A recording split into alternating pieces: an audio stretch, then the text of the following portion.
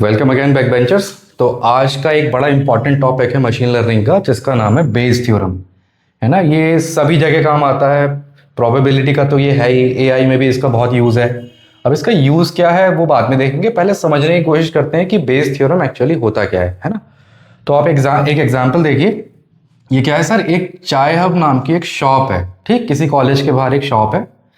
अब शाम का टाइम है और बारिश का मौसम है, ठीक। अब इस चाय हब पे जो रेगुलर कस्टमर्स जो आते हैं, अधिकतर जो आते हैं वो कौन आते हैं सर, स्टूडेंट्स आते हैं, है ना।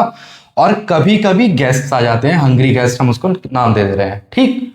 अब मान लीजिए कि टोटल जो कस्टमर्स है 100 आए एक दिन में, ठीक।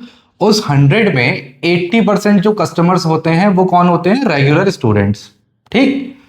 और 20% जो कस्टमर्स होते हैं वो होते हैं हंग्री गेस्ट्स, ठीक। अब आगे क्या है, ये चाय के साथ समोसे भी रखता है ना। तो जो रेगुलर स्टूडेंट्स आते हैं, जो रेगुलर कस्टमर्स आते हैं, तो 80% स्टूडेंट्स में से सिर्फ 50% ऐसे हैं जो समोसा भी लेते हैं चाय के साथ, ठीक। लेकिन जो हंग्री गेस्ट्स आते हैं वो होते तो 20% ही हैं, लेकिन 20 में से 90% ऐसे हैं जो समोसा लेते हैं, ठीक। अब आपने क्या करा, आप दुकान वाले हो, आप चाय हब के ओनर हो, एक तरीके से आप बैठे हुए हो अपने काउंटर पे। आपने एक रैंडम बंदा देखा, ठीक है, एक रैंडम बंदा आपको दिखाई दिया। अभी सिर्फ आप बंदा देखो, इसके हाथ में क्या है ये आगे देखेंगे। अब रैंडम बंदा आप देखोगे तो आप गैस करना चाहोगे कि ये रेगुलर कस्टमर स्टूडेंट में से है कि गेस्ट में से है ना। अभी आपने इसके हाथ का समोसा नहीं देखा है, तो आपका वाइल्ड गैस क्या होगा। आप जानते हो कि 80% लोग स्टूडेंट्स ही आते हैं, तो पहले चांस में आप सोच सकते हो कि शायद स्टूडेंट ही हो ये, है ना। लेकिन अब आपने क्या करा, आपको दिखाई देगा कि सर ये समोसा भी खा रहा है ना, चाय तो पी ही रहा है, चाय तो पी ही रहा है, लेकिन ये समोसा भी खा रहा है। तो अब समोसा अगर खा रहा है तो आपके दिमाग में क्लिक करेगा कि यार ये समोसा खा रहा है, और 90% जो गेस्ट आते हैं बाहर के वो समोसा लेते हैं, है ना। तो आपके मन में ये सवाल आएगा कि ये जो बंदा है, रैंडम बंदा जो खड़ा हुआ है, क्या ये रेगुलर स्टूडेंट का मेंबर है या हंग्री गेस्ट में से कोई है ना। क्या ये मेरा 80% वाली जो क्राउड आती है स्टूडेंट्स की उसका पार्ट है, या जो 20% वाले रैंडम गेस्ट आते हैं उसका पार्ट है ना। तो यही हमें फाइंड करना है। हमें क्या फाइंड करना है कि आपको गैस करके बताना है या फाइंड आउट करना है कि जो ये पर्सन है जिसके हाथ में चाय समोसा दोनों है, ये कोई रेगुलर स्टूडेंट है या ये हंग्री गेस्ट है, ठीक। तो ये हमारी बेसिक प्रॉब्लम है इसकी, है ना। ये हमें फाइंड करना है। हमें दे क्या रखा है कि ये बंदा समोसा खा रहा है और इसकी प्रोबेबिलिटी क्या है कि ये समोसा खाने वाला हंग्री गेस्ट है, ठीक। तो अब एग्जाम्पल को थोड़ा इधर लेके चलिए। हमने माना 100 कस्टमर्स हमारे पास डेली आते हैं, ठीक। अब 100 में से हमने ये देखा कि 80% जो है कौन है, रेगुलर स्टूडेंट्स। तो 100 का 80% कितना हो जाएगा, 80 हमने लिख दिया रेगुलर स्टूडेंट, ठीक है। और हंग्री गेस्ट कितने हैं, 20%।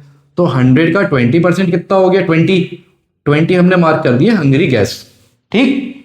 अब देखिए इन 80 में से इसका 50% जो, मतलब 50% कस्टमर जो रेगुलर स्टूडेंट्स में आते हैं वो समोसा खरीदते हैं।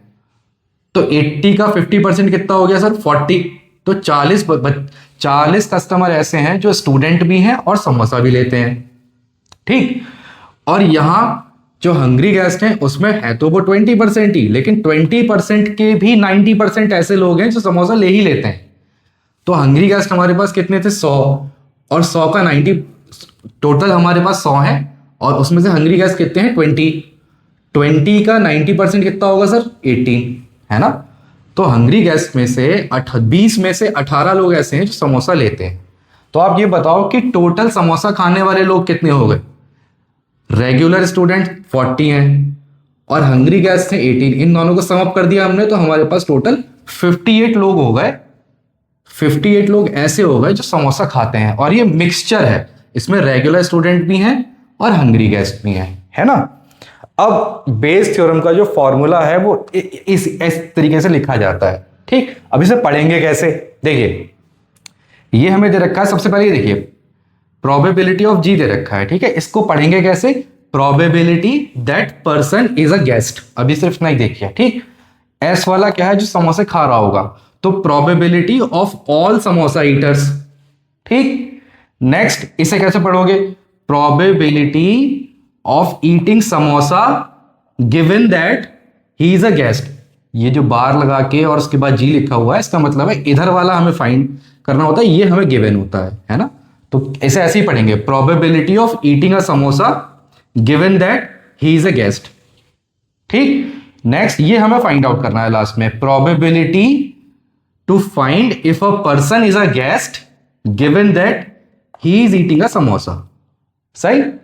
अब देखिए, प्रोबेबिलिटी, गेस्ट होने की प्रोबेबिलिटी हमें दे रखी है पहले कि नहीं, हमें पता है ना कि 20% जो टोटल क्राउड है, टोटल क्राउड का 20% क्या है? हंग्री गेस्ट है ना। तो हमने 100 में से 20 निकाल दिए, कौन से वाले? हंग्री गेस्ट वाले। तो इसकी प्रोबेबिलिटी आ गई हमारे पास, 100 में से 20 लोग कितना हो गया? 0.2 हो गया कि नहीं हो गया, है ना। अब probability of total samosa eaters, total samosa eaters कितने हैं हमारे पास? 58। टोटल बंदे कितने हैं? 100 में से 58 लोग ऐसे हैं जो समोसा खाते हैं, तो वो ये आ गया कैलकुलेट करके, है ना, ये प्रोबेबिलिटी आ गई। अब हमें दे रखा है कि हंग्री गेस्ट जो है उसमें से 90% लोग समोसा लेते ही लेते हैं। तो probability of eating a samosa, ये लोग समोसा ले रहे हैं ना, given that he is a guest, और गेस्ट भी है, तो उसकी प्रोबेबिलिटी हमें दे ही रखी है 90%। 90% कैसे आई होगी? 18, 20, यहां से देखो 20 का 90% कितना होता है? 18 होता है कि नहीं होता? तो 18 लोग ऐसे हैं गेस्ट में जो समोसा खाते हैं, 20 में से 18 लोग ऐसे हैं जो समोसा खाते हैं, तो ये प्रोबेबिलिटी कितनी आ गई? 0.9 आ गई कि नहीं आ गई? ठीक, लास्ट में फाइंड आउट क्या करना है कि probability if a person is guest given that he eats samosa. ठीक, अब बस देखिए सारी वैल्यूज आपके पास हैं ही, आपको बस सिंपली यहां पे पुट कर देनी है। ये हमें दे रखा है 0.9, हमने पुट कर दिया 0.9। ये हमें दे रखा है 0.2 आ गया, और टोटल समोसा ईटर्स वाले कितने हैं? 0.58। इसे सॉल्व कर लीजिए, 0.31 आ जाएगा। 0.31 का मतलब प्रोबेबिलिटी में 31% के अप्रॉक्स। तो इसका सोल्यूशन क्या निकला? इस आदमी के, ये जो बंदा था, रैंडम बंदा, ये गैस करना चाह रहे थे हम लोग कि क्या ये रेगुलर स्टूडेंट है या फिर ये हंग्री गेस्ट है, और हमें फाइंड क्या करना था कि क्या प्रोबेबिलिटी है कि ये हंग्री गेस्ट है। तो कितनी प्रोबेबिलिटी है सर? 31%। कहां से आया? ऐसे आया। ये सारी चीजें आपको दे रखी होंगी।